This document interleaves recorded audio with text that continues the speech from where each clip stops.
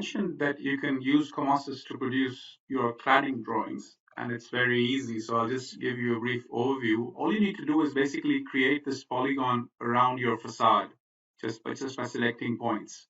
And that's very easy, as you all know. Just go around the facade. And once you're done with that, you'll just use the cladding, the multi-cladding macro, and it will automatically create the cladding pieces, which you'll obviously select them from your catalog, and it will create these overlapping cladding pieces, and they will be cut so that they're fitted inside that facade. Each individual piece will be cut, and then you can create further openings for doors and windows if you want. And this whole process will literally take you a few minutes, not even that.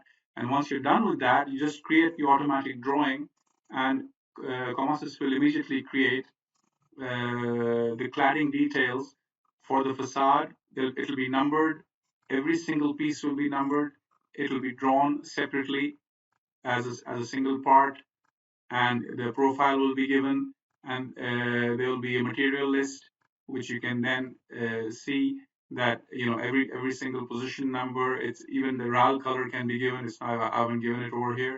The areas and the weights and everything all will be given, and within a few seconds you will create this cladding drawing extremely easily from within Comosys.